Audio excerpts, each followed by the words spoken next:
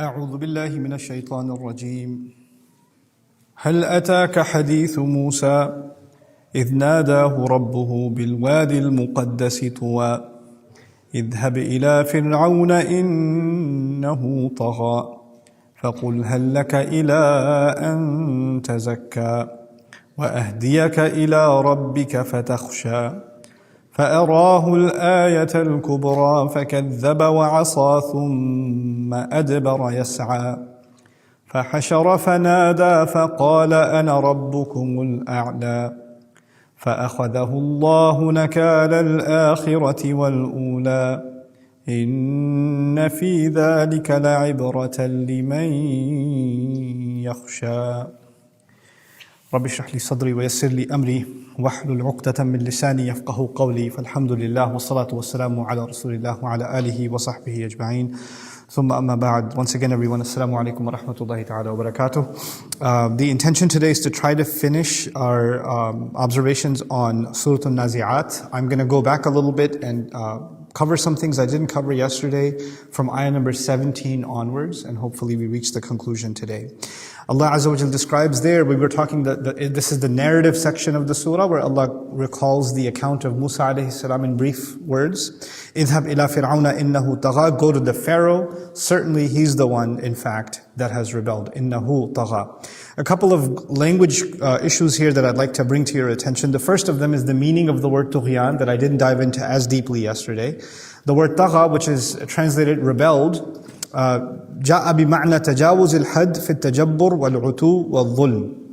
It occurs in the meaning, it gives the meanings of being oppressive and going too far in being oppressive, like outrageously oppressive. Like, you know how you get reports sometimes nowadays of people committing acts of torture or crimes against humanity and that kind of thing? That would actually come under the word طغيان in the modern sense, or طغى. Al-utu wal-dhulm. Utu also means animosity. And again, to do something that is an act of aggression. To be, there's one thing that somebody takes a military action or takes violence and it takes matters in their own hand because they're defending themselves or they're reacting to something that occurred. It's another that when they aggress without any preemptive reason, or they're preemptive in their strike. That's utu also. And then on top of that, wal-dhulm, and oppression within. So he's an oppressive, dangerous entity, innahu tagha. The other thing that's important in the words innahu tagha is there's two ways of looking at it. The word inna in the Arabic language can serve sabab, grammatical analysis says. What that means is, go to the Pharaoh because he has rebelled. And so the reason Musa alayhi salam should go to the Pharaoh is because he's rebelled. That's powerful, because what that means is that the work of Islam and the ummah of Muhammad sallallahu alayhi wasallam have to go to the criminals. Like, we have to go speak with them and engage with them. We can't just be talking about them. They have to be challenged, they have to be addressed, and they have to be given the message of Islam. We can't just sit in a corner, complain about what they do and their, the crimes they commit, etc. They must be engaged directly. That would come because Allah is saying you have to go to him because he's a criminal, because he's rebelled. The other implication of innahu tagha, interestingly, is what they call al-ithbatu ala ghayr al-fa'il. What that means is, in fact, he is the one that's rebelled, not the other way around. In other words, when he does his criminal acts, when he punishes people, tortures people, kills people, etc., he makes it sound like they're the ones that are criminals. They're the ones that are rebelling against the government. They're the ones that have committed a crime. And Allah is saying, actually, it doesn't matter what he says, he's the one that's the criminal. And that's actually teaching us something very powerful about oppressive regimes. Oppressive regimes don't just commit acts of violence. They actually redefine what they do as peace and what everybody else does as aggression and crimes. So you can have governments in the world, even today, of course, especially today, that are killing civilians. And when they're killing civilians, they're saying, no, we are fighting the terrorists. Or we're fighting the outlaws. Or we're fighting the anarchists. Or we're fighting the corrupt elements within our society. Or the criminals. Or these are just a bunch of gangs, violent gangs, and we're getting rid of the criminals in society. And they'll come in their, dressed up clothes and nice press releases and say, we are restoring peace and order, while at the same time they're bombing hospitals. Or they're burning down homes, or shooting at children, and these kinds of things. So Allah, by saying, innahu tagha, is saying, doesn't matter what the propaganda is. He's the one that's the criminal, see through it. Because it is in fact true that the greatest threat to the peace and harmony of Egypt was Fir'aun. The greatest threat to the people was Fir'aun. And yet, when Musa alayhi salam delivered his message, you know what he told people? He said, يُرِيدَانِ أَن يُخْرِجَاكُمْ بِأَرْضِكُمْ بِسِحْرِهِمَا. That these Musa and Harun, their intention is to get you kicked out of your land. They're a danger to your country. Fir'aun was saying, Musa is a danger. Musa is dangerous. He's the threat to your homeland security. That he flipped the script. And so, innahu tagha actually teaches us that it doesn't matter what the script officially is. It doesn't matter what the press release is. You have to look at reality, and Allah determines that he is in fact guilty of these crimes. And therefore he should be spoken to. And then, فَقُلْ هَلْ لَكَ إِلَىٰ أَن تَزَكَّىٰ. I alluded to this yesterday, that هَلْ لَكَ is soft language. But I also wanted to share some commentary here with you. وَالْإِسْتِفْهَامُ هُنَا لِلْعَرْضِ مَعَ تَلَطُّفٍ وَصَرَّحَهُ فِي قَوْلِهِ فَقُولَ لَهُ قَوْلًا لَيِّنًا. This question, would you consider even the possibility of bettering yourself, of coming towards a life that's more purified? When Musa is supposed to speak to him in such soft language, the commentary here is, the question is here to suggest softness and courtesy. And actually it's spelled out more openly in another part of the Quran. In Surah Taha, Allah Azza wa Jalla says, both of you, meaning Moses and Aaron, Musa and Harun, go to him, and both of you should speak to him قَوْلًا لَيِّنًا. Speak to him with soft, sweet speech. Layyin is actually in Arabic the description of a really good date. Not the haram kind between men and women, the date from a palm tree. That date, a sweet date. That's actually called layyin, meaning speak to him softly. Speak to him in flexible language. Because a date is soft and flexible, and it's sweet. That's actually the description of the way you should speak to Fir'aun. This is also teaching us tactics. It's not just adab.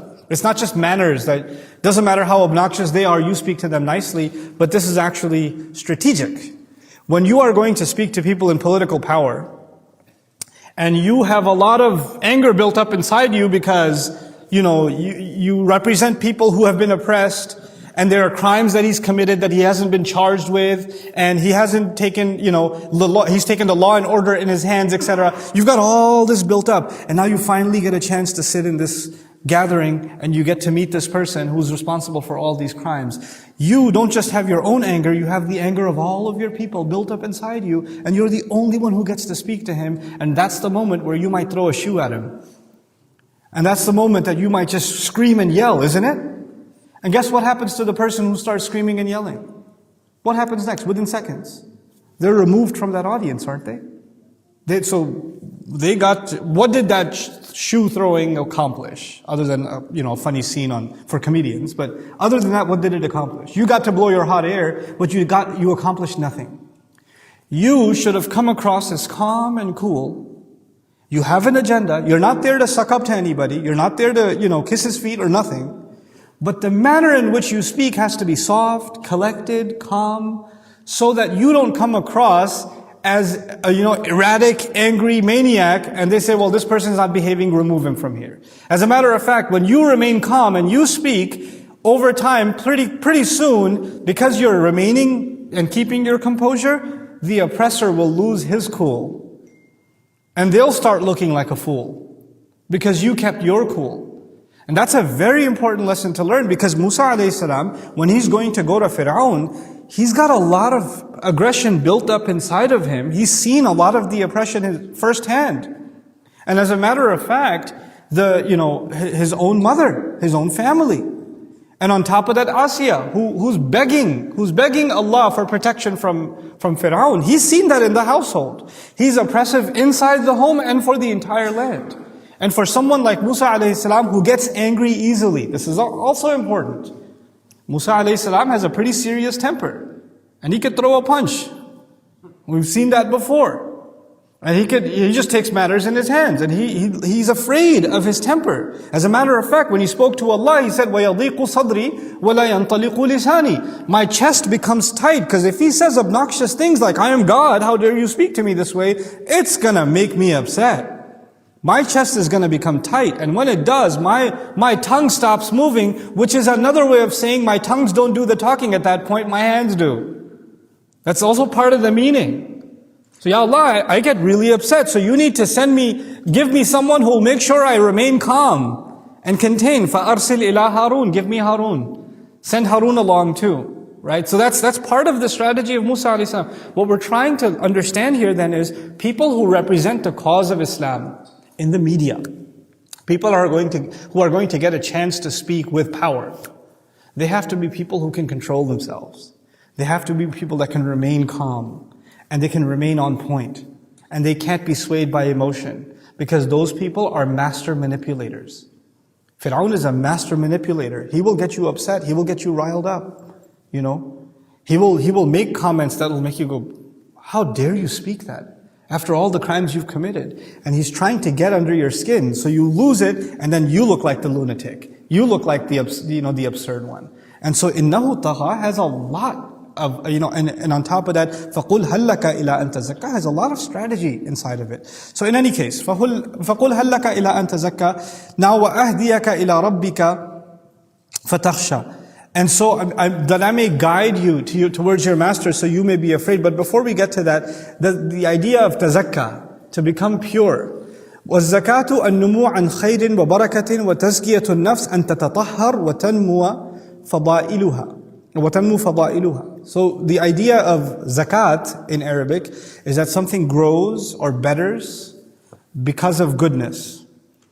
In other words, we're learning something about the notion of becoming a better person. Becoming a better person means that you and I are trying to get away from things that are filthy. And as we do, it enhances us. And as it enhances us, Allah adds barakah in your life and goodness in your life. What that means is Allah opens more doors for you to do more good and more strength for you to get away from the bad stuff in your life. And that cycle keeps on strengthening you to get further and further away. Nobody turns into an angel overnight. Nobody becomes perfect overnight. Nobody starts praying 5 times a day in the masjid, etc., overnight. Then that doesn't happen. You take steps. لَتَرْكَبُنَّ طَبْقًا عَنْ طَبَقٍ. You go one step after another, one stage after another, right? So the idea of إِلَىٰ أَن تَزَكَّى is okay, fine, you're not going to be a salih tomorrow, but at least you're on the road, at least that, and that's what's expected of you. وَأَهْدِيَكَ إِلَىٰ رَبِّكَ فَتَخْشَى. I was really interested in, and I thought I knew this word, but I really didn't. The word huda, one of the most common words in the Quran, guidance, right? And its origin.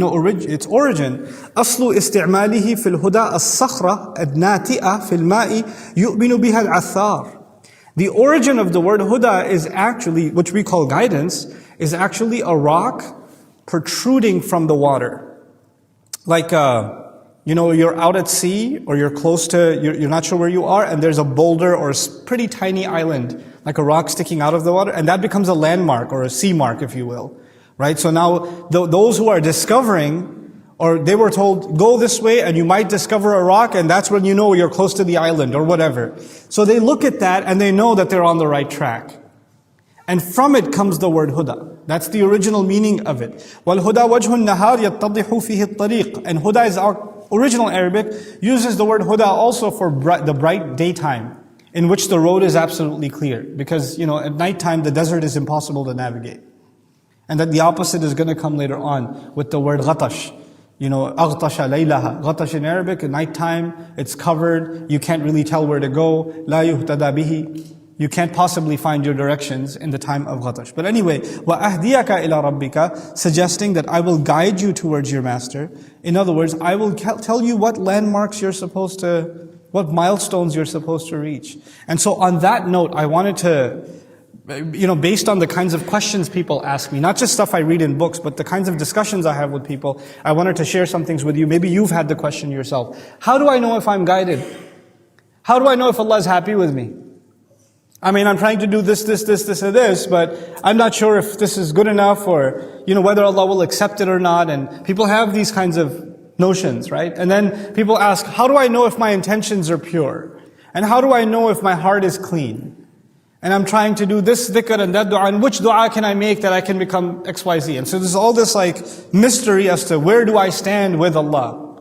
So the first thing I'd like to share with you about that is that, the rock sticking out of the water is a pretty prominent milestone. It's not a mysterious thing. It's a pretty obvious milestone, right? Guidance is not some crazy mystical thing until you see a parrot in your dream. You don't know if you're guided or not. There's nothing crazy about guidance. Guidance is straightforward and simple. It's straightforward and simple. The first milestone in guidance is you are away from major evils. First milestone. You're doing good. Like, sometimes moms bring their sons to me. It's my favorite thing to, see moms humiliate their teenage sons by bringing them to Nouman Ali Khan and saying, Dr. Nouman, but he's good, he prays, but he wakes a little, I have to wake him up for Fajr. I was like, Auntie, you have to wake him up for Fajr? Really? Yeah, he doesn't wake up on his own. That's horrible. This kid is just going straight to hell. No, he's not. There are kids who you could wake them up for Fajr and they'll hit you back. Your kid actually gets up and prays. One mother complained to me that he goes to the masjid but he's never there before the adhan. What planet are you living on? What planet are you living on? Compare this to the vast majority of kids his age. What he's doing, you should give him an award every morning. Make him his favorite breakfast every morning. For God's sake, he's going to the masjid. That's huge. She came to me to complain about him. I patted him on the back. I said, good job, man. Keep it up. That's awesome. I told off his mom, you should be proud. And he's like, he's like, we have these superficially high standards of what it means to be guided. For a young man to do that, to fight his sleep and, pray, to stay out of bad company. One came to me and said, he's 18 years old, he doesn't hang out with girls, he doesn't do drugs, he doesn't drink, he prays 5 times a day. It's just that sometimes he plays video games. And I said, Auntie, let him play more video games. Because the stuff he's not doing is amazing. The stuff he would have been doing otherwise.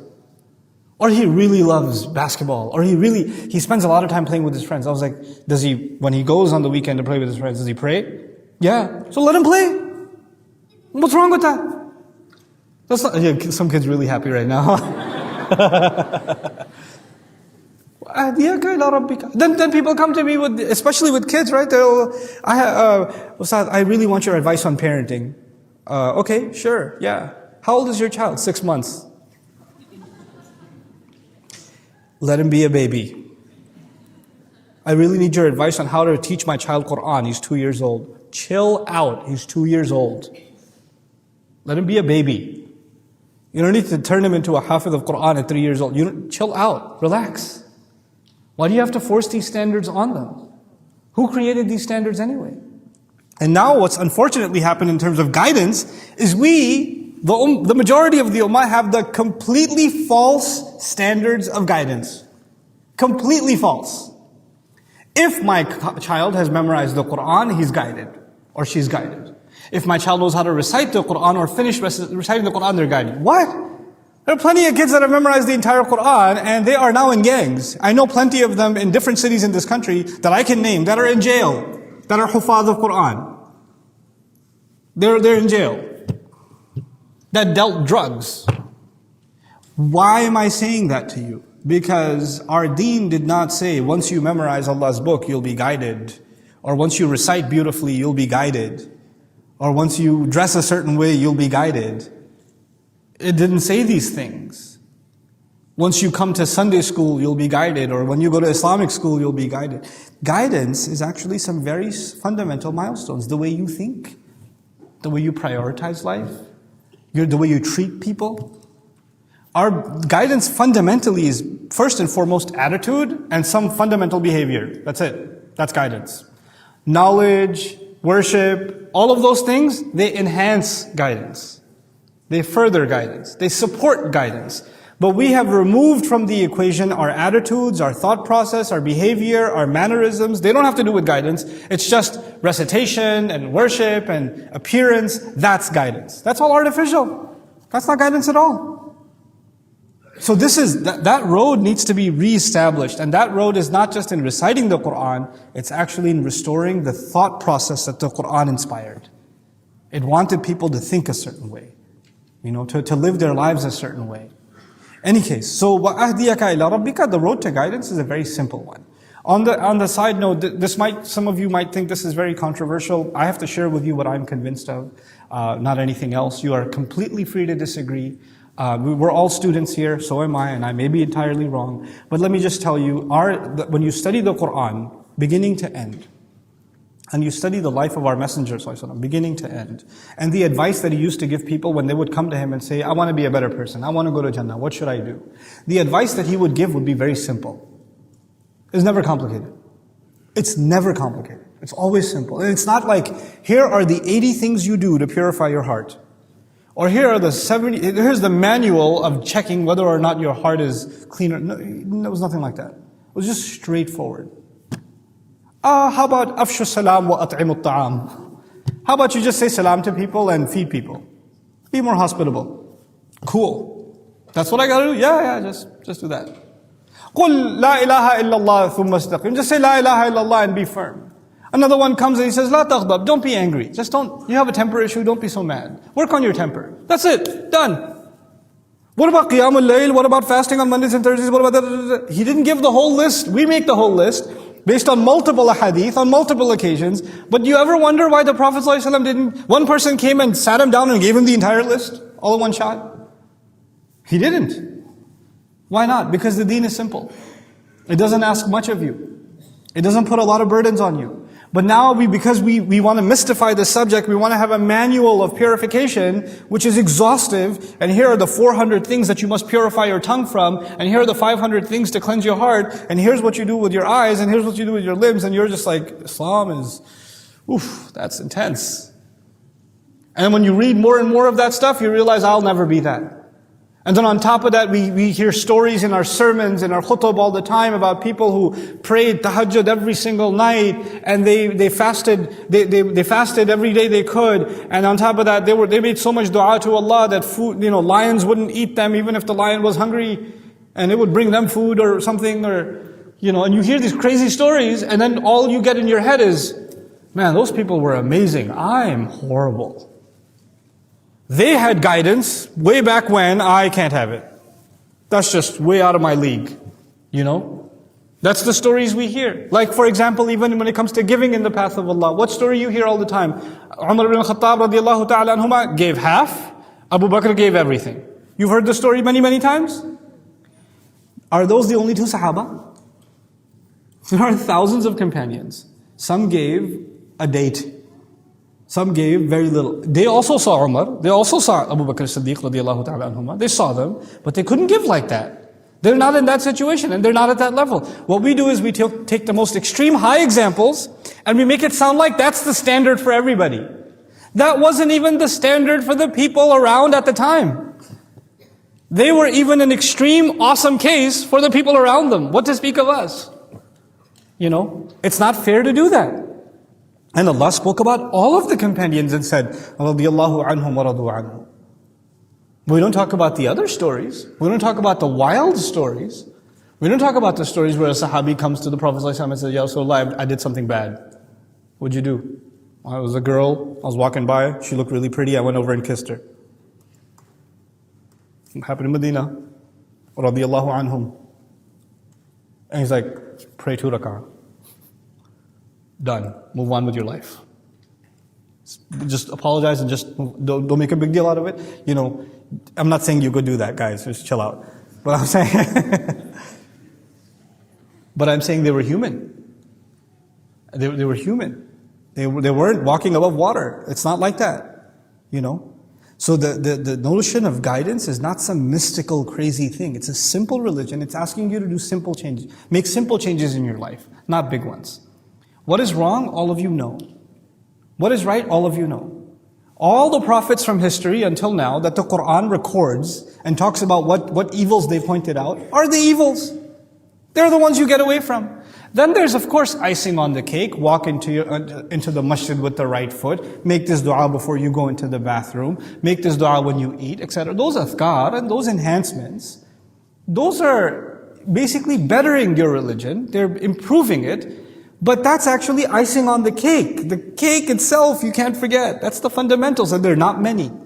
They're not many. This is why the Prophet ﷺ made sure when you teach people religion, yassira wa la tu'assira. Make things easy, don't make things hard. Make things simple, make things easy, don't make them hard. Hey guys, you just watched a small clip of me explaining the Quran in depth as part of the Deeper Look series. Studying the Quran in depth can seem like a really intimidating thing that's only meant for scholars. Our job at Bayyinah is to make deeper study of the Quran accessible and easy for all of you. So take us up on that challenge. Join us for this study, the deeper look of the Quran, for this surah and many other surahs on BayyinahTV.com under the Deeper Look section.